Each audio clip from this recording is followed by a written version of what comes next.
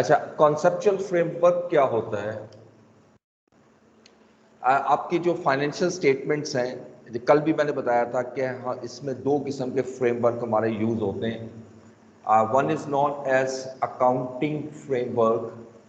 ठीक है, accounting framework क्या है कि जहाँ पर आप अकाउंटिंग के रूल्स और रेगुलेशंस के मुताबिक जो है वो फाइनेंशियल स्टेटमेंट्स बनाते हैं, और एक लीगल फ्रेमवर्क होता है, ठीक है, जिसको फॉलो करते हुए आप अपनी फाइनेंशियल स्टेटमेंट्स को बना रहे होते हैं। तो इसका जो कम्बिनेशन होता है that is known as our conceptual framework. और इसमें जो लीगल फ्रेमवर्क है वो ये याद रखिएगा हमारे इस ITA के सिलेबस में नहीं है। हमारे जो सिलेबस में आता है कॉन्सेप्चुअल फ्रेमवर्क में, वो सिर्फ और सिर्फ आएगा आपका अकाउंटिंग फ्रेमवर्क। तो इसके जो ऑब्जेक्टिव्स हैं ये आपने एज इट इज़ याद करने हैं। ठीक है, पेज नंबर 28 है, पेज नंबर 28। अब ये नोट डाउन कीजिएगा, इसको बिल्कुल चेंज नहीं करना क्योंकि ये as it is conceptual framework में दिए हुए हैं। अब इसके ये सिर्फ मैं रीड कर रहा हूँ, आपको समझा देता हूँ इसके मीनिंग। इसका पहला ऑब्जेक्टिव जो है कॉन्सेप्चुअल फ्रेमवर्क का कि ये क्यों बनाया जाता है, to assist the IASB in the development of future IFRS and its review of existing IFRS। देखिए ये जो IASB लिखा हुआ है ये है इंटरनेशनल अकाउंटिंग स्टैंडर्ड बोर्ड। ये जो आपके इंटरनेशनल अकाउंटिंग स्टैंडर्ड्स हैं या IFRS हैं, इंटरनेशनल फाइनेंशियल रिपोर्टिंग स्टैंडर्ड्स हैं, ये बेसिकली जो अदारा इसका रिस्पॉन्सिबल है इशू करने का, अप्रूव करने का, उसको कहते हैं IASB। ठीक है, अब बेसिकली ये IASB को असिस्ट करता है कि ताकि वो फ्यूचर में IFRS जो है उसको डेवलप कर सके, और जो एग्जिस्टिंग IFRS हैं जो इस वक्त चल रहे हैं उसको रिव्यू कर सके। अक्सर अब अभी तो खैर आपके इनिशियल फेज है, आगे जाके आप देखेंगे अक्सर स्टैंडर्ड्स के अंदर चेंजेस आती रहती हैं। मिसाल के तौर पे अभी पिछले 1-2 सालों में दो बड़े स्टैंडर्ड्स में बहुत मेजर डिफरेंस आया। एक लीजिस था और एक आपका रेवेन्यू का था। ठीक है, रेवेन्यू रिकग्निशन का। तो ये वक्त के साथ साथ ना इसके अंदर चेंजेस आती रहती हैं, जैसे जैसे आपकी बिजनेस की रिक्वायरमेंट चेंज होती हैं आपके स्टैंडर्ड्स के अंदर चेंज आना जरूरी होती है। दूसरा वो लिखते हैं, assist the IASB in promoting harmonisation of regulations, accounting standards and procedures relating to presentation of financial statements by providing a basis for reducing the number of alternative accounting treatment permitted by IFRS।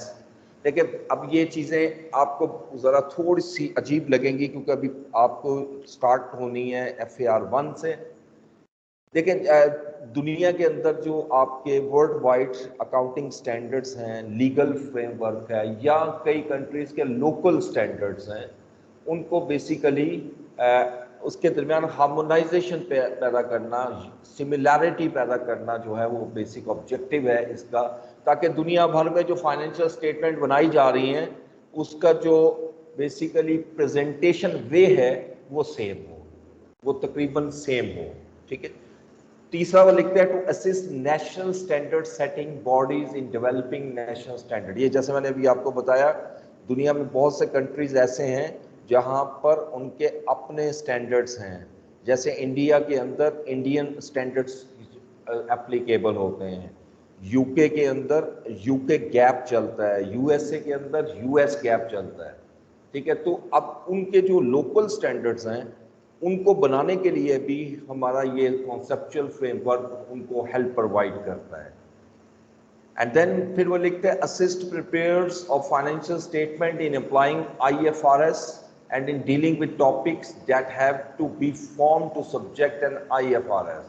यानी जो भी person इस activity में involve है कि उसने financial statements बनानी है, तो ये कॉन्सेप्चुअल फ्रेमवर्क जो है उसको हेल्प प्रोवाइड करता है, असिस्टेंस प्रोवाइड करता है कि कौन सा IFRS उसको अप्लाई करना चाहिए। ठीक है, इसी तरह to assist auditors in forming an opinion on whether financial statement comply with IFRS। This is very interesting. ये मैं आपके चूंकि आपकी फील्ड ये है खास तौर पे, इसलिए मैं इसको ज़्यादा फोकस कर रहा हूँ। पहले आप सुन लिया करें ना यार, क्लास पढ़ा रहा हूँ और आप मुझसे पूछ रहे हैं। 28 में मैंने बोला तो है।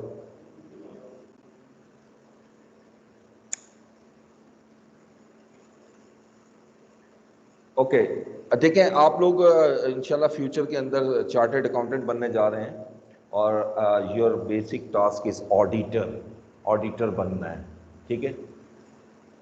जब आप ऑडिटर बनोगे तो आपने वेरीफाई करना होता है फाइनेंशियल स्टेटमेंट्स को। वेरीफाई करने का अब तरीका क्या होता है? तरीका यही होता है कि आप अपना ओपिनियन देते हो और ये कहते हो कि जो फाइनेंशियल स्टेटमेंट बनी हुई हैं इसके अंदर आपके जो अकाउंटिंग स्टैंडर्ड्स हैं वो प्रॉपर अप्लाई हुए हैं, यही ओपिनियन होता है, ठीक है। तो ये बड़ा इंपॉर्टेंट है कि आपको इसका नॉलेज अच्छा हो। सेकंड लास्ट हमारा ऑब्जेक्टिव ये कहता है to assist users of financial statement in making sound economic decisions, to assist users of financial statement. अभी जो हमने कल पढ़े जो यूजर्स हैं, यानी जो यूजर्स हैं फाइनेंशियल स्टेटमेंट, चाहे वो लेंडर हो या गवर्नमेंट एजेंसीज हो या वो कस्टमर्स हो, मैनेजमेंट हो, वगैरह वगैरह, उन अगर उन्होंने कोई इकोनॉमिक डिसीजन लेना है तो ये फाइनेंशियल स्टेटमेंट उनको हेल्प प्रोवाइड करती है कि वो उस पर अपना डिसीजन ले सकें, ठीक है। अब बस ये है आखिर में, तो खैर वो एक वैसे गलती से लिखा हुआ है, वो तो और चीज़ है। ये टोटल 6 आपके ऑब्जेक्टिव्स हैं, इनको आपने नोट करें और इसको निशान लगा लें। Is the most important for examination, ठीक है जी। अब आ जाए जो हमारा इस चैप्टर में कवर होना है ना, मेन चीज,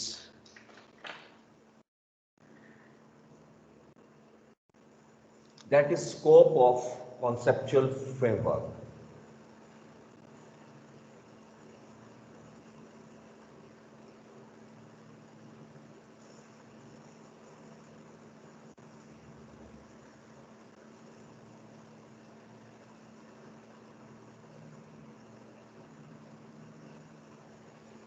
अब कंसेप्चुअल फ्रेमवर्क में क्या क्या कवर होता है? एक तो अभी हमने पढ़ा ऑब्जेक्टिव।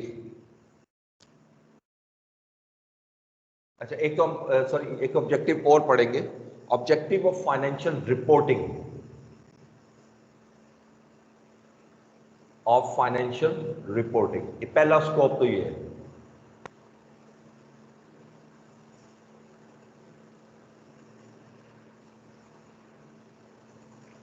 ठीक है। Second, qualitative characteristics,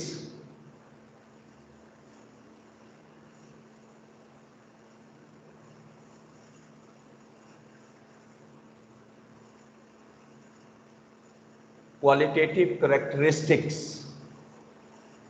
of useful information, financial information, financial information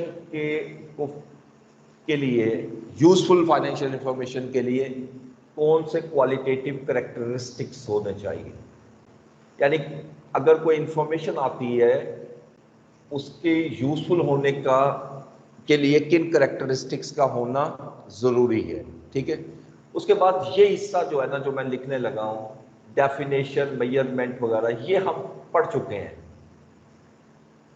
हाँ, अलबत्ता यहाँ जरा स्टैंडर्ड की अपनी वर्डिंग में डेफिनेशन पढ़ेंगे। आपको याद होगा जब मैंने assets, liabilities, honours equity, revenue, expense की डेफिनेशन करवाई थी तो मैंने कहा था ये मैं अपने अल्फाज में लिखा रहा हूँ, आगे जाकर हम इंशाल्लाह प्रॉपर स्टैंडर्ड की वर्डिंग को भी पढ़ेंगे, ठीक है।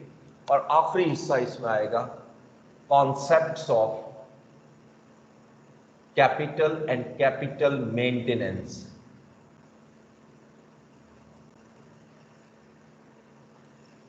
ये स्टूडेंट्स के लिए अक्सर बोरिंग सा चैप्टर होता है, लेकिन इसको इतना आप कम इंपॉर्टेंस ना दीजिएगा, क्योंकि एग्जामिनेशन में 2 से 3 मार्क्स का क्वेश्चन इसमें आ ही जाता है, ठीक है।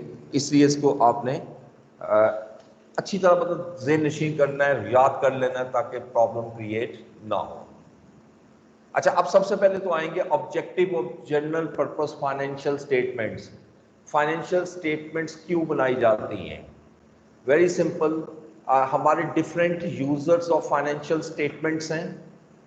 हर फाइनेंशियल स्टेटमेंट के यूजर को अपने पॉइंट ऑफ व्यू से डिफरेंट इंफॉर्मेशन चाहिए, financial information, and these financial statements in combination shall provide all possible information to all users so that they are in a position to make a decision, financial decision or economic decisions.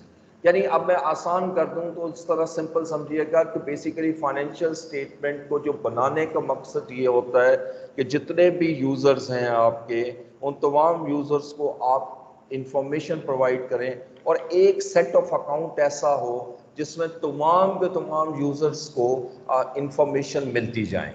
ठीक है, एक होता है ना कि मसलन मुझे information चाहिए, मैं किसी और जगह देख रहा हूँ, मिस्टर बी को चाहिए, वो किसी और जगह पे देख रहा है। आपको एक ही सेट ऑफ अकाउंट बनाया जाता है जिसमें तमाम लोगों को इंफॉर्मेशन जो है वो मिल रही होती है ताकि वो अपने प्रॉपर डिसीजन ले सकें। ये बेसिक ऑब्जेक्टिव होता है आपके फाइनेंशियल स्टेटमेंट्स का। ठीक है जी। अच्छा जी, अब फाइनेंशियल स्टेटमेंट के कंपोनेंट्स हमने कल पढ़े थे, 5 कंपोनेंट्स होते हैं। कौन कौन से जी स्टूडेंट्स, कौन कौन से? Statement of sir statement of comprehensive income. ठीक है, comprehensive income, statement of financial position, statement of cash statement of cash जी, statement of changes in equity and notes to the financial statements. और कल मैंने ये भी बताया था इसमें पहले 2 हिस्से जो हैं एसओसीआई जिसको कॉम्प्रिहेंसिव इनकम कहते हैं और एसओएफपी जिसको फाइनेंशियल पोजीशन कहते हैं, सिर्फ ये हमारे सिलेबस में है, इसके इंट्रो के, बाकी इस सिलेबस में नहीं है। ठीक है, अब ये जो स्टेटमेंट ऑफ फाइनेंशियल पोजीशन में क्या क्या आता है ये सारी चीज़ें हम पढ़ चुके हैं, एसेट्स, लाइबिलिटीज, ऑनर्स इक्विटी, इसको यहाँ पर पढ़ने की ज़रूरत नहीं है। लेकिन यहाँ पर मैं आपके सामने एक फॉर्मेट डिस्कस करूँगा स्टेटमेंट ऑफ फाइनेंशियल पोजीशन का। ये सिर्फ फॉर्मेट की हद तक है, इसमें पूरा चैप्टर आना है, लेकिन फॉर्मेट आपको यहीं से पता होना चाहिए। जैसे अभी आप क्वेश्चन कर रहे थे कि नेट एसेट्स क्या होते हैं वगैरह वगैरह, वो सारा आपको यहाँ से पता लगेगा। ये फाइनेंशियल पोजीशन का एक फॉर्मेट है, स्टेटमेंट ऑफ फाइनेंशियल पोजीशन।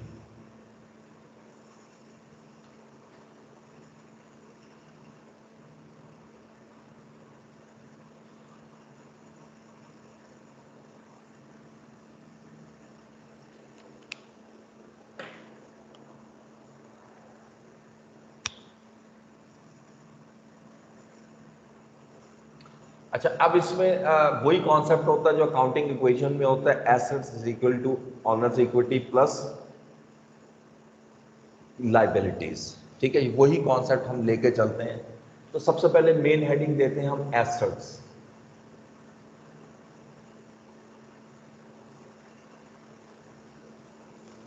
अब एसेट्स जो है इसमें भी 2 हमने पढ़े थे। सबसे पहले हम लेते हैं नॉन करंट एसेट्स।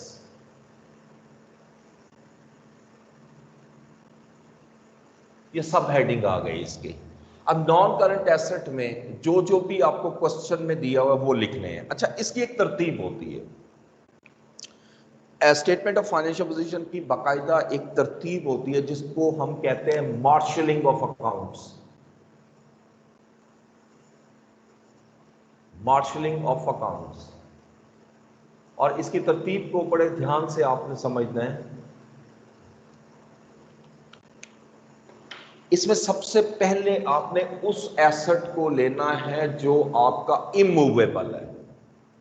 इमूवेबल मतलब ऐसा एसेट जो एक जगह से दूसरी जगह मूव नहीं हो सकता, लाइक लैंड एंड बिल्डिंग।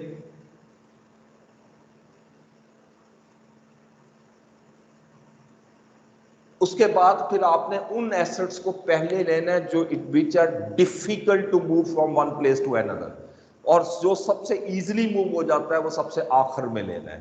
तो इसके थोड़ा सा ऊपर नीचे तरतीब हो जाए कोई बात नहीं, लेकिन बहुत ज्यादा फर्क ना हो। मसलन इसके बाद हम नॉर्मली लिखते हैं प्लांट एंड मशीनरी,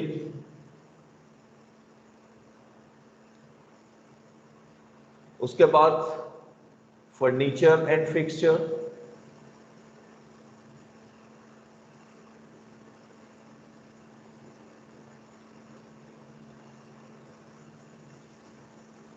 उसके बाद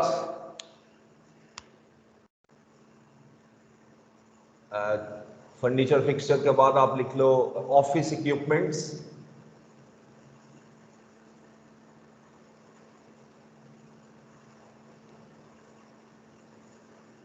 and then motor vehicles. Vehicles एक ऐसी चीज है जो सबसे इजीली मूव होती है from one place to another. अब ये जितने भी एसेट हैं इनको आप यहां पर टोटल कर दें। ये अमाउंट लिखने के बाद आप इसको यहां टोटल करेंगे, ये पहली अमाउंट आ जाएगी। This is non total of non current assets. उसके बाद करंट एसेट्स,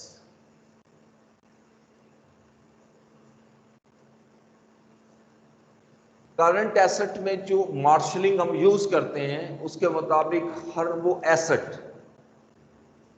हर वो एसेट जो आपका इजीली कैश में कन्वर्ट होता है वो सबसे आखिर में आएगा, और हर वो एसेट जो कैश में सबसे डिफिकल्ट कन्वर्ट होता है या कन्वर्ट नहीं होता उसको हम सबसे पहले लेते हैं। इसलिए इसकी तरतीब इसी तरह होती है। सबसे पहले आप लोगों के प्रीपेड एक्सपेंस,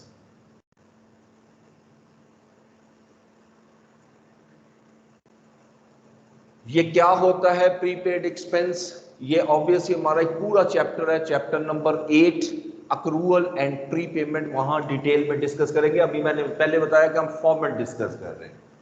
अच्छा, अब इस अमाउंट को मैं यहां ले आता हूं, इसको यहां लाइन मत लगाए, एक कॉलम यहां बनाते हैं, 2 कॉलम ये इधर ले आते हैं। उसके बाद फिर हम इन्वेंट्री या स्टॉक लेकर आते हैं।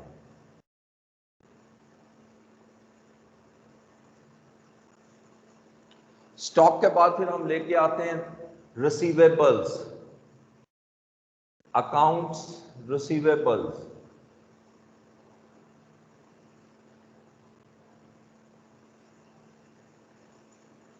देन फिर other receivables,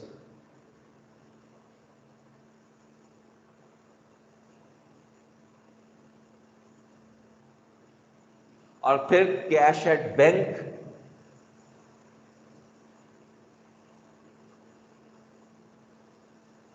and finally cash in hand. यानी मोस्ट लिक्विड एसेट सबसे आखिर में लिखा गया, ये इसकी मार्शलिंग है। इसको प्लस करके इस कॉलम में ले आऊंगा, ये नॉन करंट एसेट और करंट एसेट का टोटल जो है वो टोटल एसेट हो जाए। ये एक साइड हो गई जो कि मैंने आपसे डिस्कस किया एसेट्स। अब आ जाए लाइबिलिटीज और इक्विटीज। अब इसी से नीचे आपने शुरू करना होता है, इसी से नीचे। अब मेरे पास स्पेस नहीं है, मैं इसलिए यहां ले आता हूं, लेकिन इसी से नीचे आप शुरू करोगे। सबसे पहले ऊपर हेडिंग देंगे इक्विटी एंड लाइबिलिटीज।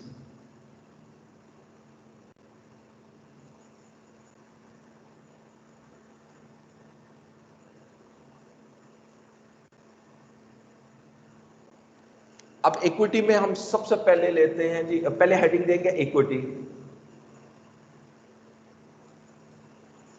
और इसमें लिखेंगे हम कैपिटल, जो ऑनर ने पैसा बिजनेस में लगाया है, ये कैपिटल के अमाउंट यहां ले आएंगे। उसके बाद non current liabilities,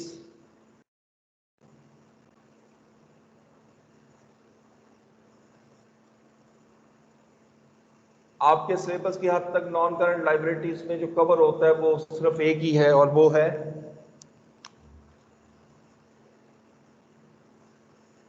bank loan वगैरह, वो भी यहीं ले आए। और उसके बाद करंट लाइबिलिटीज। अच्छा, करंट लाइबिलिटीज में ये तरतीब करना काफी मुश्किल होता है कि किसको पहले पे कर रहे हैं, किसको बाद में पे कर रहे हैं, ये लिखा नहीं होता, तो इसलिए यहां पर कोई इतना मैटर नहीं करता। लेकिन फिर भी एक तरतीब सा बना देता हूं आपको कि सबसे पहले हम यहां पे अकाउंट्स पेएबल ले लेते हैं, फिर अदर पेएबल्स ले लेते हैं,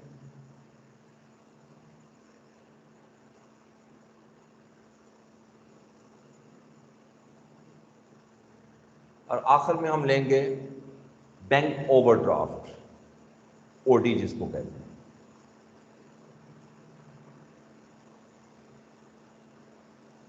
अब ये तीनों अमाउंट यहां पर प्लस करके ले आए, अब इसको भी प्लस कर ले, तो ये जो आंसर है और ये जो आंसर है ये आपस में हमेशा इक्वल आएगा, because asset is equal to equity plus liability. अब ये जो मैंने आपके सामने फॉर्मेट डिस्कस किया है, इस फॉर्मेट को हम कहते हैं टेंजिबिलिटी फॉर्मेट।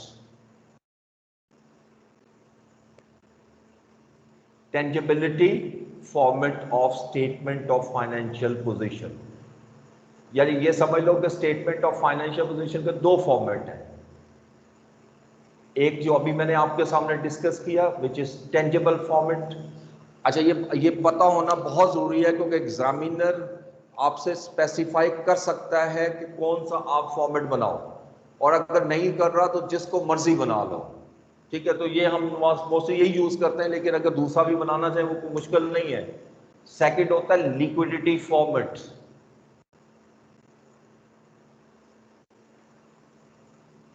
लिक्विडिटी फॉर्मेट में बस तरतीब बदलनी है, और जरा तरतीब देखें मैं क्या करूंगा।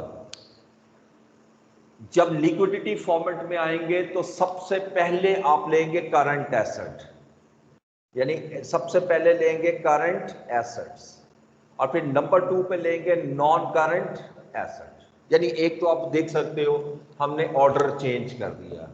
जब मैं नॉन करंट एसेट पहले लेता हूं तो ये टेंजिबिलिटी की तरफ चला जाता है, यानी वो एसेट जो टेंजिबल नेचर के हैं उसको पहले शो करो। और जिस वक्त मैं लिक्विडिटी फॉर्मेट की तरफ जाता हूं तो मैं ये कहता हूं कि वो एसेट पहले शो करो जो कैश में कन्वर्ट होने वाले हैं। इसी वजह से इसके नेम लिक्विडिटी और टेंजिबिलिटी हम नाम देते हैं। तो ये पहले आ जाएंगे, ये बाद में। एक तो ये हो गया। दूसरा, इसकी तरतीब भी उल्ट हो जाएगी, यानी कैश इन हैंड सबसे पहले आएगा और प्रीपेड सबसे लास्ट में आएगा, ठीक है। तो ये जितने भी आपके एसेट्स हैं वो सारे रिप्लेस हो जाएंगे, चाहे वो करंट है या नॉन करंट। अब नॉन करंट में सबसे पहले उस एसेट को लेना है जो इजीली मूव हो सकता है, और सबसे आखिर में उसको लेना है जो इमूवेबल हो, यानी इसका मतलब तरतीब उल्ट हो गई। ये टेंजिबिलिटी फॉर्मेट से कन्वर्ट होकर हमने लिक्विडिटी फॉर्मेट में कन्वर्ट कर दिया, ठीक है। यहां पर जब आएंगे बिल्कुल उसी तरह सबसे पहले आप लोगे करंट लायबिलिटीज, फिर non current liabilities and then equity. तो अगर गौर से देखें कोई फर्क नहीं है दोनों फॉर्मेट्स में, सिर्फ तरतीब ऊपर नीचे की है हमने। और इधर तो चलो आइटम ही एक है, क्या इसको बैंक ओडी को पहले ले आओ, बाकी जिसको मर्जी बाद में लिख दो। ये दो फॉर्मेट हैं आपके, टेंजिबिलिटी फॉर्मेट और लिक्विडिटी फॉर्मेट। ये आगे जाके इंशाल्लाह यूज होंगे, अभी तो खैर ये आपका सिर्फ डिस्कशन की हद तक है।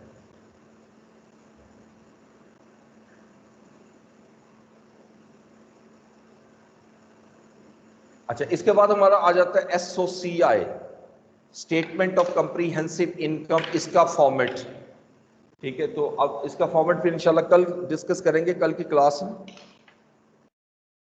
तो टाइम कम रह गया।